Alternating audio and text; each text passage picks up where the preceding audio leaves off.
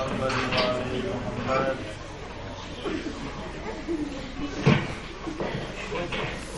اللهم صل على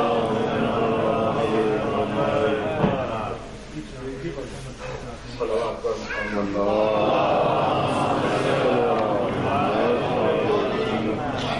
سب سے پہلے تمام ہمارے کمیونٹی ممبر آپ سب کے عزیز اور مومن دوست جناب اکبر علی پاکستان میں وفات پا گئے. ان کے سارے ثواب کے لیے کچھ چیزیں میرے سامنے آئیں، پڑھی گئیں. قرآن پاک کے 2 مکمل ختم، ایک اور ختم، یاسین، سورہ یاسین کے 5، 10 اور 20 ختم، سورہ ملک کے کچھ ختم، اور اس کے علاوہ جو کچھ پڑھا گیا. اور اس مجلس میں جو ہدیہ، جو نیاز پیش کیا جائے گا، وہ تمام اس مجلس کا ثواب ہم نظر کرتے ہیں بوسیلہ شہادت معصوم السلام مرحوم اکبر علی صاحب کی روح کو پہنچے. خالق عالم محمد ان کے درجات مغفرت بلندتر فرمائے. ایک سورہ فاتحہ اول و آخر صلوات کے ساتھ ان کی روح کو تسلیم فرمائے. بسم اللہ.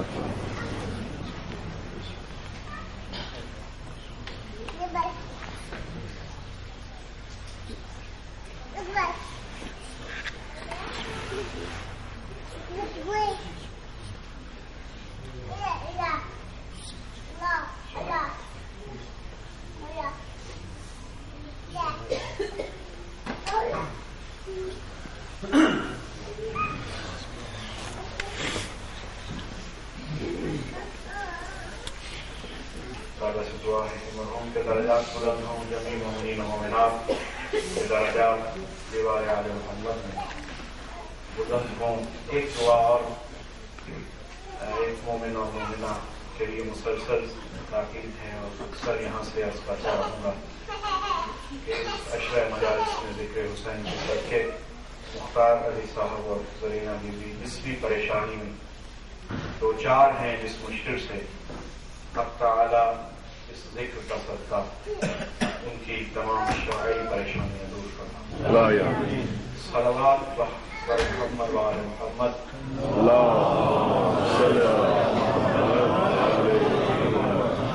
تاجر ظہور ولی العصر کے لیے بآواز بلند صلوات پڑھیں.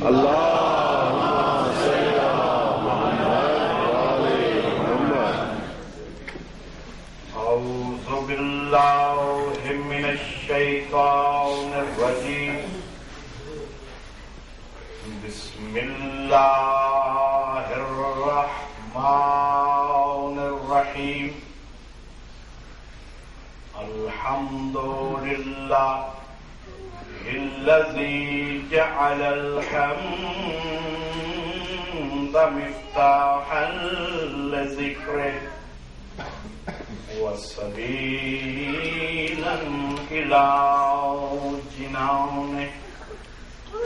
الصلاۃ والسلام والتحیۃ والاکرام علی سید اسماء فی الوجود سر اللہ فی کل موجود نقطۃ دائرۃ الوجود صاحب لواء الحمد والمقام المحمود مولانا ومولى الثقلين جد الحسن والحسين أبي القاسم وعلى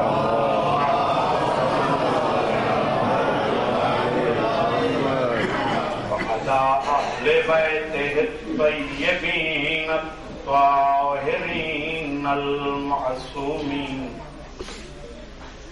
ولعنة الدائمة على أعدائهم أجمعين.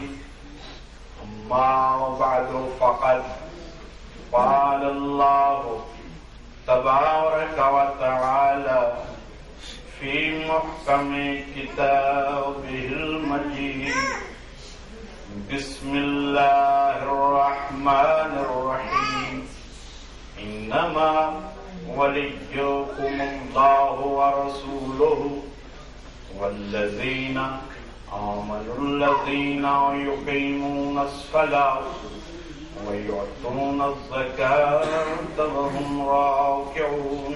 صلوات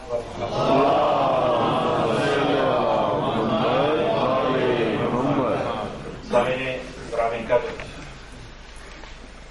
اس سلسلہ عشرہ مجالس محرم کی یہ دوسری تقریب پیش خدمت کی جا رہی ہے. عنوان گفتگو ہے ہدایت اور ولایت. کل میں نے کچھ تمہیدی گفتگو کی اور قریباً آج کی مجلس بھی تمہید سے گزرتے ہوئے مفہوم آیت تک پہنچے گی. آپ کی یادداشت کو تازہ کرتے ہوئے میں نے کل عرض کیا تھا کہ سورہ مائدہ نعمتوں سے چنا ہوا دسترخوان، اس میں روحانی مائدہ بھی ہے اور جسمانی مائدہ بھی مذکور. اور جسمانی مائدہ معروف واقعہ ہے کہ جناب عیسیٰ علیہ السلام نے اللہ سے اپنے حواریوں کے لیے، اپنے دوستوں کے لیے استدعا کی، سفارش کی، تو آسمان سے کھانا نازل ہوتا رہا. یہ کہنے کو ایک سادہ سا واقعہ ہے، لیکن اگر آپ غور فرمائیں تو اس ایک واقعہ میں اہل عقل کے لیے کتنے اشارے موجود ہیں. کہنا یہ چاہتا ہوں کہ جب قرآن میں کوئی واقعہ آ جائے، کائنات کی سچی ترین کتاب میں جب کوئی واقعہ آ جائے، چاہے وہ کم سے کم ایک ہی بار ہوا ہو دنیا پہ، ایک ہی بار اس کا تذکرہ قرآن میں اس قسم کے واقعہ کا ہوا ہو، لیکن اتنا ماننا یقینی ہو جاتا ہے کہ ایسا ہونا کائنات میں ناممکن نہیں ہے. تو اب یہ واقعہ کیا بتا رہا ہے کہ زمین پر جنت سے، آسمان سے کھانا نازل ہوا، اور کچھ لوگوں کے لیے جو بیٹھے زمین پر ہیں لیکن ان کا کھانا آسمان سے آ رہا ہے. تو اتنا تو قرآن کے سورہ مائدہ نے طے کر دیا کہ زمین پر کھانا منگوانا ناممکن نہیں ہے آسمان سے. تو اب یہ واقعہ کس کی نسبت سے ہے؟ نسبت جناب عیسیٰ علیہ السلام سے. تو اب پھر اہل ایمان کو دعوت فکر دیتے ہوئے میں یہ کہنا چاہتا ہوں کہ اگر عیسیٰ اپنے حواریوں کے لیے دعا کر دیں تو آسمان سے کھانا آتا ہے، اور اگر کہیں فخر عیسیٰ دعا کر دیں تو زمین پر کھانا کیوں نہیں آ سکتا؟ تو آمد الناس میں جب ہم واقعات خانوادہ نبوت کے حوالے سے کچھ پیش کریں کہ فلاں منزل پہ خوان جنت خانہ عصمت میں آیا، تو لوگ اسے شک کی نگاہ سے دیکھتے ہیں. ایسا کہاں ممکن ہے؟ ایسا ہو کہاں سکتا ہے؟ تو قرآن نے یہ مثالیں اسی لیے محفوظ کی. نہ ہم اس قوم میں سے ہیں، نہ ہم اس نبی کی امت ہیں کہ ہمیں وہ واقعہ بتانا ضروری تھا جس رسول کی ہم امت ہیں. چونکہ اس کتاب کے بعد کوئی کتاب آنے والی نہیں تھی، اس لیے اس کتاب کے بعد جو واقعہ واقعات امت کے سامنے آنے تھے ان پر امت کے یقین کو قائم کرنے کے لیے اللہ نے ماضی کی امتوں کے واقعات نقل فرمائے کہ دیکھو آسمان سے اگر کہیں زمین پر کھانے کی روایت سنو تو انکار نہ کر بیٹھنا. اگر عیسیٰ کی امت کے لیے آسمان سے کھانا آ سکتا ہے تو فخر عیسیٰ اگر دعا کرے تو کھانا کیوں نہیں آئے گا؟ تو بات یہ ہے کہ اب عیسیٰ نے دعا کی کھانا آ گیا اور فخر عیسیٰ نے دعا کی تو کھانا آ گیا. لیکن میں نے کہا یہ فخر عیسیٰ ہے. اب انہوں نے بھی دعا کی کھانا آ گیا. فخر عیسیٰ دعا کریں تو کھانا آ جائے. تو اس میں فضیلت تو ثابت نہ ہوئی, یہ تو برابری نظر آ رہی ہے.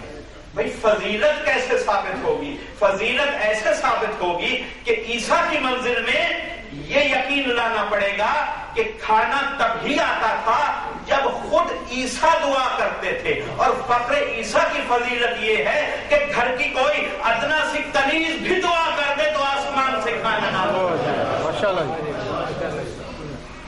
تو یہ واقعات قرآن عبرت کے لیے ہیں, ہدایت کے لیے ہیں, ریفرنسز کے لیے. تو قرآن میں سورہ مائدہ روحانی نعمتیں بھی بتا رہی ہیں. آیت ولایت جو میں نے ابھی تلاوت کی, آیت کا نمبر ہے 55, یہ اسی سورہ مائدہ. کل میں نے تمام ریفرنسز عرض کر دیے. آیہ تکمیل اسلام سورہ مائدہ, آیہ بلغ سورہ مائدہ, آیہ وسیلہ سورہ مائدہ میں. تو کتنا روحانی خوان نعمت موجود ہے سورہ مائدہ میں.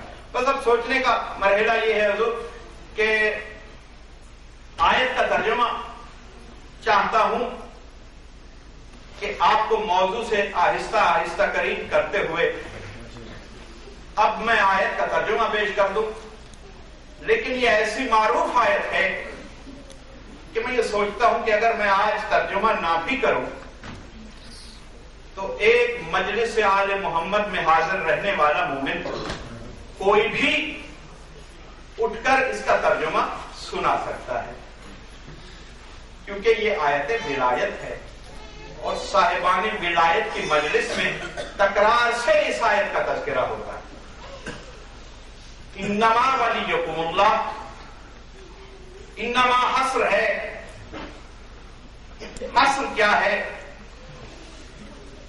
اس کی ایک سادہ ترین مثال یہ ہے کہ آپ نے کسی مکان میں کوئی خزینہ رکھا اور مکان کو تالا لگا دیا.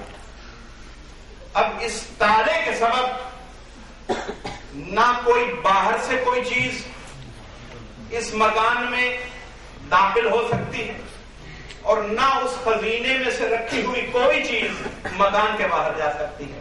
اب محدود کر دیا. حصر کا مفہوم یہ ہے کہ اب بس جو کچھ کہہ دیا یہ الٹیمیٹ گفتگو ہے. انما فیصلہ کن حصر ہو گیا کہ اس میں نہ کچھ شامل آپ کر سکتے ہیں نہ کچھ نکال سکتے ہیں. اللہ نے فیصلہ کر دیا کہ انما کا حصر موجود ہے, تالا لگا کر بات کی. انما یرید اللہ لیذھب, وہاں بھی حصر موجود ہے. اور بیشتر مقامات پر جہاں جہاں اللہ نے گفتگو کو معیار حصر عطا کرنا چاہا وہاں لفظ انما دیا. انما ولیکم اللہ, کہ یقیناً تمہارا ولی ایک تو اللہ ہے ورسولہ, اور دوسرا ولی تمہارا رسول ہے. اور تیسری منزل میں ایک اور ولایت کا تذکرہ کیا, والذین آمنوا الذین, اور وہ لوگ ولی ہیں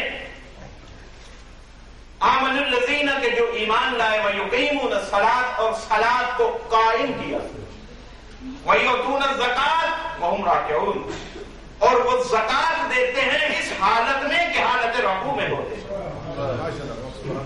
حضور یہ سادہ ترجمہ اور یقیناً تازہ ہو گیا ہوگا آپ کے اذہان عالی میں، یہ ولایت کو حصر دیا گیا 3 شخصیات میں، حصر دے کر کہا خبردار اب اس کے علاوہ کسی اور کو نظام ولایت میں شامل مت کرنا۔ یہی 3 ولی ہیں، قرآن کا اعلان ہے، ایک اللہ ہے، ایک رسول ہے، اور تیسرا وہ، یا تیسرے وہ۔ جمع کا سیغہ، اس کا سبب کیا ہے کہ سیغہ جمع کیوں ہے، انشاءاللہ بعد میں آنے والی مجالس میں نقطہ بہ نقطہ گفتگو کروں گا، لیکن آج کی منزل میں سیغہ جمع ہے کہ کچھ اور اولیاء ہیں، ان سب کی نشانی یہ، چاہے وہ نشانی ظاہر ایک سے ہو لیکن وہ سارے منزل منیت پہ ہیں۔ اس لیے اگر ایک سے بڑھ بھی جائیں اور اس میں آپ صاحبان منیت کو لائیں، اب یہ منیت میں سمجھتا ہوں کہ محتاج تعارف نے، الحسین منی وانا من الحسین، کہ جو ایک دوسرے کا جزو حیات ہوں، جزو نفس ہوں، جزو روح ہوں، جزو فضائل ہوں، جن کا کردار ایک دوسرے کا مشترک ہو، جن کی گفتار ایک دوسرے سے منیت کی منزل پہ ہو، جن کے افکار ہر منزل پہ ایک دوسرے کی منیت کی منزل پہ ہوں، وہ صاحبان منیت ہیں۔ اس کی سوچ دوسرے کی سوچ، دوسرے کی سوچ اس کی سوچ، اس کی روح اس کی روح، اس کا جسم اس کا جسم، اس کا نفس اس کا نفس، تو یہ ہے منزل منیت۔ تو اب یہ جمع کا صیغہ اس لیے کیا کہ اس میں جناب امیر المؤمنین کے بعد سرکار حجت القائم تک اولیاء کو اللہ شامل کرنا چاہتا ہے، اس لیے صیغہ جمع دیا کہ جو اس ایک کردار سے جو آپ کے سامنے حالت رکوع میں زکات دے رہا ہے، جو اس کے ساتھ منزل منیت پر ہے وہ اس آیت میں شامل ہے۔ سامنے ایک ہے، پردے میں 11 اور ہیں، تو سارے منزل منیت امیر المؤمنین میں ہیں اور وہ سارے اولیاء ہیں، لیکن سامنے تذکرہ تاریخ میں جو واقعہ آیا، قرآن میں جس واقعہ کو ریفرنس کیا گیا، وہ واقعہ جناب امیر المؤمنین سے ظاہر ہوا کہ حالت رکوع میں زکات دی، تو اللہ نے 3 اولیاء کا تذکرہ کر دیا۔ اب یہ ولایت ہے کیا؟ روز سنتے آپ یہ لفظ، اور میں کوشش کروں گا کہ اپنی قلیل وسعت کے مطابق یہ کوشش کروں، یہ سمجھ کروں کہ آپ تک اس لفظ کا کچھ مفہوم پہنچ جائے۔ ہم یہ سنتے ہیں لفظ ولایت، یہ ولایت کیا ہے؟ مختصر لفظوں میں یہ کہنا چاہوں گا کہ ولایت کوئی محض ایک لفظ نہیں ہے، ولایت محض کوئی ایک تھیوری نہیں ہے، یا کوئی ایک فقط کوئی ٹائٹل نہیں ہے کہ آپ جس کے ساتھ لگا دیں وہ محترم ہو گیا، یعنی کسی کو آپ نے چودھری صاحب کہہ دیا، کسی کو مہر صاحب کہہ دیا، حضور یہ مختلف، جیسے اب چودھری صاحب کی حد کیا ہے، مہر صاحب کی حد کیا ہے، شاہ صاحب کی حد کیا ہے، اب یہ اس طرح کا ٹائٹل نہیں کہ بس کسی کو حضرت جناب عالی بنانے کے لیے ولی کہہ دیا۔ یہ ولی کیا ہے، ولایت کیا ہے؟ صلوات پڑھ لیجیے آواز بلند۔ اور علماء کرام کی موجودگی میں کہنے کی جسارت کر رہا ہوں کہ ولایت حقیقت میں کوئی ٹائٹل نہیں ہے محض، ولایت اللہ کے پورے نظام سلطنت، نظام حکومت کا نام ہے، یعنی وہ نظام جس کے تحت اللہ نے نظام خلق بنایا، تخلیق کیسے کرتا ہے، نظام امر کا صادر ہونا کیسے ہوتا ہے، امر کا نافذ ہونا کیسے ہوتا ہے، اس امر کی بقا کیسے ہے، یعنی صرف دین کی بات نہیں، پوری کائنات۔ اور میں سمجھتا ہوں جو اہل دین ہیں ان کے لیے یہ کہنا یہ سوچنا بالکل اجنبی ہوگا کہ کائنات اور دین دو مختلف چیزیں ہیں. لیکن دنیا دار انسان اس تقسیم سے شاید اس لفظ کو زیادہ سمجھ جائے کہ پوری کائنات صرف دین نہیں، حالانکہ پوری کائنات دین فطرت پر ہے. تو جب پوری کائنات فطرت پر ہے تو پوری کائنات دین ہے. یہ الگ بات کہ کچھ اجزائے کائنات، کچھ انسان بغاوت کرتے ہوئے اپنے آپ کو دین سے الگ کر لیتے ہیں، لیکن حقیقت میں کائنات تصور دین ہے. اور یہ بہت بڑا فلسفہ ہے. میں نہیں چاہتا کہ میں فلسفے میں کچھ زیادہ آگے چلتا جاؤں، اور مجھے کچھ اندازہ ہونا بھی چاہیے کہ مجھے سلیس گفتگو میں اور سلیس مضامین کے ساتھ آپ کے سامنے مجالس کو پیش کرنا ہے. میں کوشش کر رہا ہوں کہ میرے کجمت افکار آپ تک پہنچ جائیں. لیکن بات یہ ہے کہ دین ہے کائنات، اور نظام حکومت پوری کائنات کا جو ہے اس کا نام ہے ولایت. تو ولایت میں نے کیا بتایا آپ کو ابھی کہ یہ جتنا نظام اللہ نے بنایا، چیزوں کا خلق کرنا، ان کا زندہ رہنا، ان چیزوں کی ربوبیت جو اللہ نے اپنے ذمہ لی، خالقیت جو کر رہا ہے، جو غفور الرحیم ہے، رحمان ہے، رحیم ہے، جو قہار ہے، جو جلال ہے اللہ کا، جو کریمی ہے، جو جود ہے، سارے اوصاف، جو رعوف ہے، یہ جتنے اوصاف ہیں اللہ کے، وہ سارے نظام ولایت کا حصہ ہیں. یعنی آپ اگر کسی بھی ملک میں رہتے ہیں، اگر وہاں کی گورنمنٹ سے آپ جا کے پوچھیں کہ آپ کا سسٹم آف گورنمنٹ کیا ہے، تو وہ آپ کو کچھ ایسی چیزیں بتائیں گے کہ اس میں ان کا بنیادی آئین، کانسٹیٹیوشن ہوگا. اور آئین میں یہ ضروری نہیں کہ جو آج وزیر اعظم ہے اس کا نام موجود ہو. آئین میں یہ ضروری نہیں جو کل وزیر اعظم آئے گا اس کا نام موجود ہو. آئین میں صرف خصوصیات لکھ دی جاتی ہے کہ جو بھی اس ملک کا پرائم منسٹر ہوگا اس میں یہ خوبی ہونی چاہیے. اب جو اس کردار سے مل جائے اس کو وہ عہدہ ملتا رہتا ہے. تو آئین میں، کانسٹیٹیوشن میں کبھی نام نہیں ہوتے کہ فلاں شخص کو وزیر داخلہ ہونا ہے، فلاں کو ڈیفنس منسٹر ہونا ہے، فلاں کو صدر ہونا ہے. بس خصوصیات اور معیار بتائے جاتے ہیں. سمجھ میں آ رہی ہے؟ میرے خیال میں یہ اتنی مشکل بات نہیں ہے جسے ہمارے نوجوان نہ سمجھ سکیں. تو سسٹم آف گورنمنٹ میں آئین بھی ہوتا ہے اور یہ بھی ہوتا ہے کہ اس سسٹم کو کون کون چلائے گا. بعض حکومتوں میں صدر کو غلبہ ہوتا ہے اور وہ صدارتی نظام کہلاتا ہے. بعض حکومتوں میں پارلیمنٹرین سسٹم ہوتا ہے، پرائم منسٹر جو ہوتا ہے وہ چیف حیثیت میں ہوتا ہے، غالب حیثیت میں ہوتا ہے. بعض میں کنگڈم ہے جیسے یہاں پہ ہے. بات تو یہ عہدے کون سے ہیں اور کس کس عہدے کی حیثیت کتنی ہے اور اس عہدے کا ملک و قوم کی سلامتی پہ کیا اثر ہے، یہ سارا جب آپ اجتماعی جائزہ لیں گے تو اس کا نام بنے گا کانسٹیٹیوشن سمیت. جب اس کا آپ ملاحظہ کریں گے تو اس کا نام بنے گا سسٹم آف گورنمنٹ.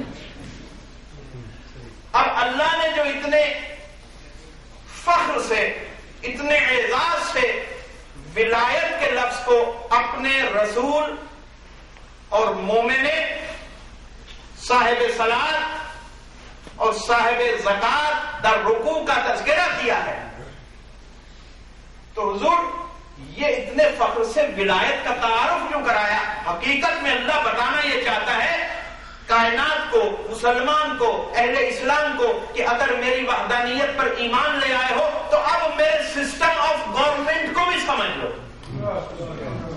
کہ ہم کائنات کو چلاتے کیسے اور ہمارے پاس کون کون سے عہدیدار ہیں جو اس کائنات میں متصرف ہوں گے. متصرف مینس، میں مشکل لفظ بول جاتا ہوں عادتاً، یعنی جو جن کا اثر و رسوخ ہوگا، جو اپنے اثر و رسوخ سے اشیاء کا رد و بدل کر سکے.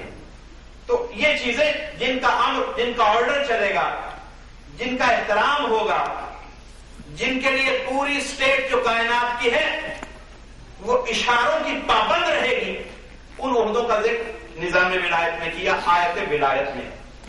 تو اب یہ ہے اللہ کا نظام ولایت. تو میں نے آپ کو کوشش کی کہ میں سمجھا سکوں کہ ولایت محض یہ نہیں کہ ایک ٹائٹل ہے کسی کو محترم بنانے کے لیے یہ ایک ٹائٹل لگا دی یہ ولی ہے، تو یہ اللہ کا سسٹم ہے. اچھا آپ مجھے سسٹم کے بعد جب میں نے لفظ سسٹم آپ کے ذہنوں میں ڈالا، نظام، اردو میں اسے نظام کہیں گے، اور چونکہ یہ نوجوانوں کے لیے شاید نظام نہ آشنا ہو، انگلش کنٹری میں ہے تو سسٹم کا لفظ ان کے لیے شاید زیادہ آشنا ہو. لیکن میں بس ایک گزارش کروں گا کہ چاہے میں تھوڑا سا مفہوموں کو مختلف انداز میں پیش کر رہا ہوں، مگر مجھے آپ کے چہروں پہ خاموشی تاریخ نہیں چاہیے. میں چاہتا ہوں کہ آپ کے چہرے گفتگو کرتے رہیں. صلوات پڑھیے.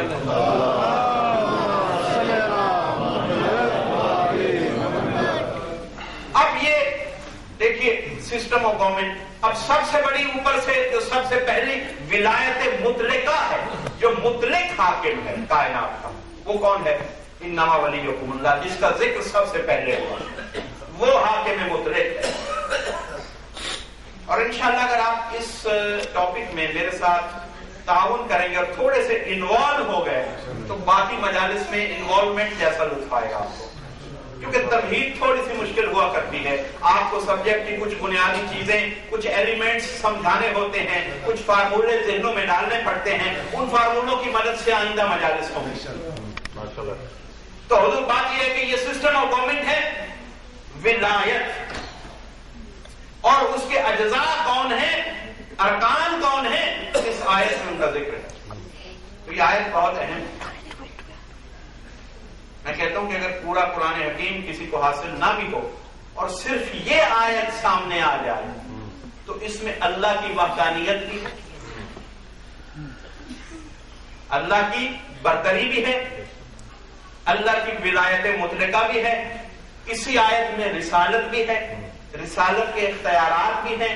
اسی آیت میں امامت بھی ہے اور ولی امام کے اختیارات بھی ہیں.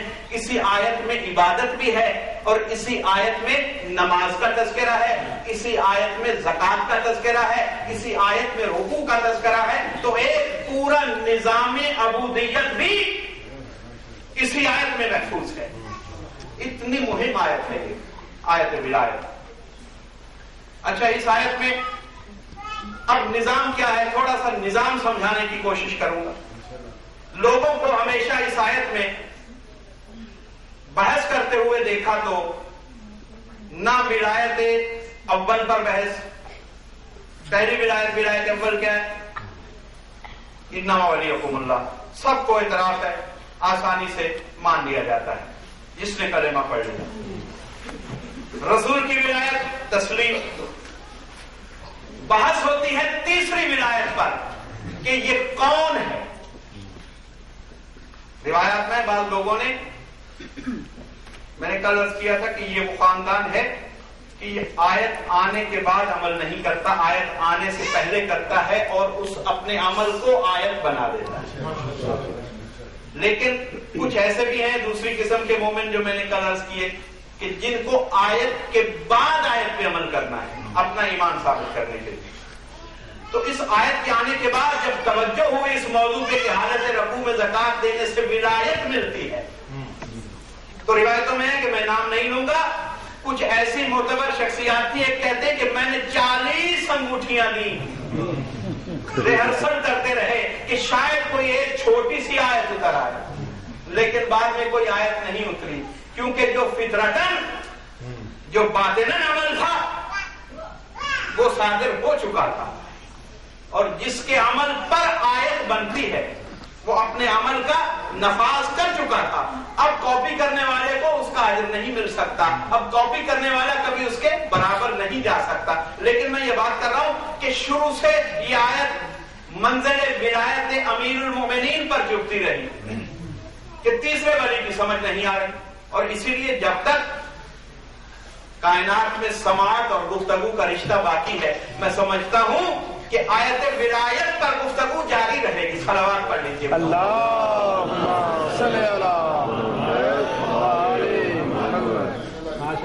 اللہ. کیونکہ قرآن کی کسی آیت کے لیے یہ دعویٰ کوئی بڑے سے بڑا عالم سوائے معصوم کے لیے کر نہیں سکتا کہ اس کی تفسیر کا حق ادا ہو چکا ہے. قرآن کے معجزات میں سے. یعنی اسی آیت کو آپ بے شمار خطبہ سے سنیے، مفہوم باطنی ایک ہے لیکن زاویہ نظر بدلتا رہے گا. یہی تنوع ہے، یہی کائنات کا حسن ہے کہ مختلف اذہان سے مختلف زاویے ٹوٹتے اور وہی پیش کرنے کا لطف آتا ہے. صلوات بآواز بلند پھر پڑھ لیجیے.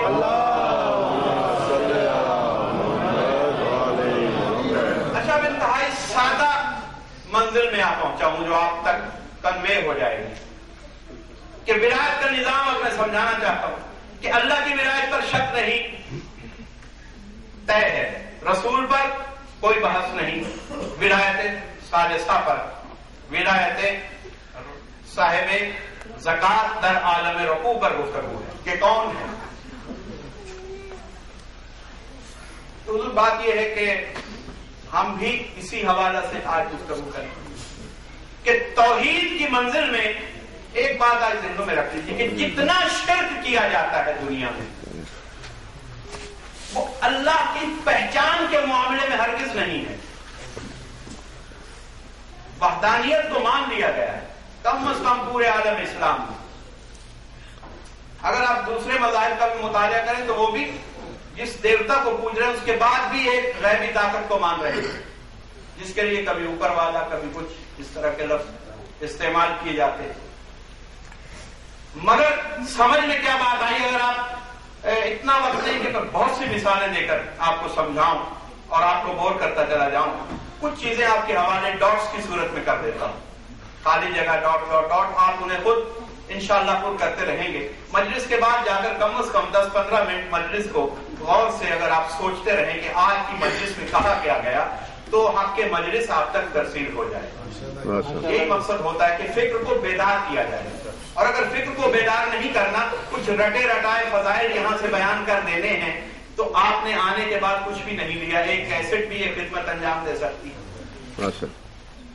تو مفہوم یہ ہے گفتگو کا کہ خالق نے جب یہ کہہ دیا کہ ولی تین ہے تو وحدانیت تو ولایت مطلقہ تو سب کے لیے مسلم ہے، کسی کو شک نہیں.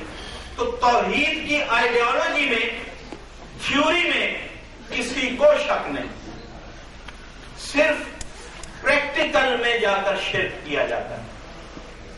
آئیڈیالوجی سب کے لیے مسلمہ ہے کہ وہ وحدہ لا شریک ہے اور سب سے بڑا ولی، مطلق ولی وہی.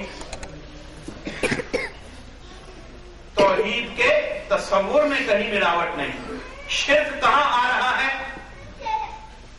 اس کی امپلیمنٹیشن میں، آپ کے لوگوں کے اعمال میں، عمل کرنے میں شرک ہے. اور اس کی میں ایک آپ کو ابھی توضیح کرنا چاہتا ہوں وضاحت، اور وہ یہ ہے کہ صلوات پڑھ لیجیے بآواز بلند. اللہم صلی علی محمد وعلی محمد.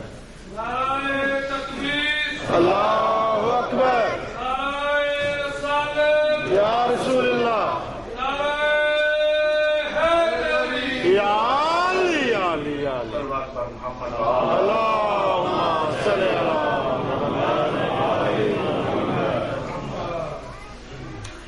حضور. بات یہ کہ اب نظام کیا ہے کائنات کا؟ دیکھیے، آپ کسی فقیر خانقاہ کے پاس چلے جائیں، کسی بزرگ کے پاس چلے جائیں، کسی عالم دین کے پاس چلے جائیں، کسی مرجع کی خدمت میں چلے جائیں. فرض کیجئے کوئی میرے پاس ایک شخص آتا ہے، سب کے پاس، جس کے پاس بھی کوئی جائے گا تقریباً ایوریج انداز دستور جواب ایک جیسا ہوگا. فرض کیجئے کوئی میرے پاس آتا ہے کہ آپ صاحب ممبر ہیں، ذاکر حسین ہیں، ہم آپ سے یہ دعا کروانا چاہتے ہیں کہ ہمارے فلاں عزیز یا رشتہ دار بیمار ہیں، تو ہم آپ سے پوچھنا چاہتے ہیں کہ انہیں شفا کیسے ہو، دعا منگوانا چاہتے ہیں.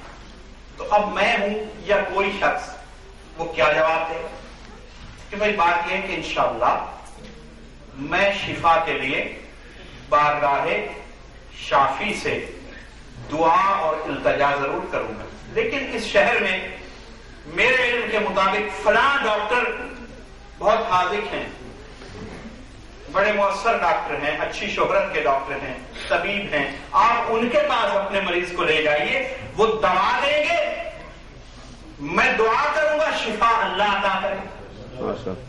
یعنی سسٹم کیا ہے زندگی کا؟ بعض اوقات ہم وہی چیزیں کر رہے ہوتے ہیں لیکن ہماری سمجھ اور ہماری سوچ سے ان کی باریکیاں اچھل رہتی ہیں۔ میں انہی باریکیوں کو آپ کے سامنے لانا چاہتا ہوں کہ شرک کہاں ہے اور نظام کیا ہے اور نظام فطرت کیا ہے۔ تو مریض کے لیے آپ نے کہا کہ ہم نے دعا کی، آپ ڈاکٹر کے پاس جائیے۔ اب وہ ڈاکٹر کے پاس گئے، دوا استعمال کرتے رہے، ہم دعا کرتے رہے، آخر وہ مریض صحتیاب ہو گئے۔ اب کیا ہے کہ آپ یہ سوچتے ہیں کہ جب دعا کی جائے گی تو کیسا ہوگا کہ کوئی عالم امکان سے کوئی اڑتا ہوا شفا کا پرندہ آئے گا اور مریض کے سینے سے ٹچ کرے گا اور دعا کا اثر آپ سب کو نظر آ جائے گا اور وہ شفا یاب ہو جائے گی۔ کیسا ممکن ہے؟ ہر مقام پر جہاں سے آپ دعا کروا لیں وہ آپ سے یہی کہے گا کہ اس کو علاج کے لیے لے جائیے فلاں ڈاکٹر کے پاس، دعا میں کروں گا۔ اچھا یہ بتائیے اللہ کیا ہے؟ عالم ہے، علم کس کی صفت ہے؟ اللہ کی۔ اللہ شافی ہے، شفا دینا کس کی صفت ہے؟ اللہ کی۔ اللہ خالق ہے، خلق کرنا کس کی صفت؟ اللہ کی۔ اللہ حی و قیوم ہے، حیات دینا کس کی صفت ہے؟ اللہ کی۔ اللہ عالم ہے، علم عطا کرنا کس کی صفت ہے؟ اللہ کی صفت ہے۔ لیکن ہوا کیا؟ آپ بڑے سے بڑے مومن کی بارگاہ میں جائیے، حتیٰ کہ انبیاء کی بارگاہ میں پہنچ جائیے ایک مریض کو لے کر، تو وہ یہی کہیں گے کہ اس کو دوا دو۔ عام دستور انتہائی مخصوص واقعات سے ہٹ کے کسی صاحب نظر کو اگر کوئی منزل پسند آ جائے تو بسا اوقات دعا ہی معجزہ کلی پہ حاوی ہو جاتی ہے۔ لیکن عمومی دستور کی بات کر رہا ہوں، آن این ایوریج کیا ہوتا ہے؟ یہی ہدایت ہوگی کہ علاج کے لیے جائیے، دوا لیں گے، شفا ہو جائے گی۔ آپ آئے ایک اور بچے کو لے کر کہ مولانا آپ یہ دعا کر دیجئے، اس بچے کو میں عالم بنانا چاہتا ہوں، یا کوئی کہتا ہے میں اس کو ڈاکٹر بنانا چاہتا ہوں، پروفیسر بنانا چاہتا ہوں، تو میں کیا کہوں گا کہ ٹھیک ہے ہم دعا کریں گے، اللہ تعالیٰ برکت عنایت فرمائے گا، آپ اس کو شہر کے سب سے اچھے مدرسے میں لے جائیے، یہ وہاں پڑھتے رہیں، دعا ہم کرتے رہیں گے، ایک نہ ایک دن انشاءاللہ محنت جاری رہی تو اپنے فیلڈ کے بہت اچھے عالم بن جائیں گے۔ یہ مثال۔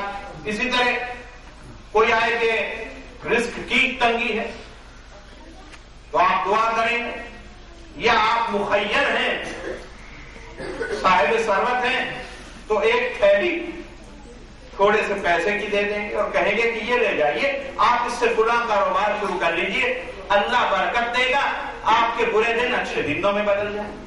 تو یہ ساری مثالیں۔ اب یہ ہے کہ رزق رازق کون ہے؟ اللہ ہے۔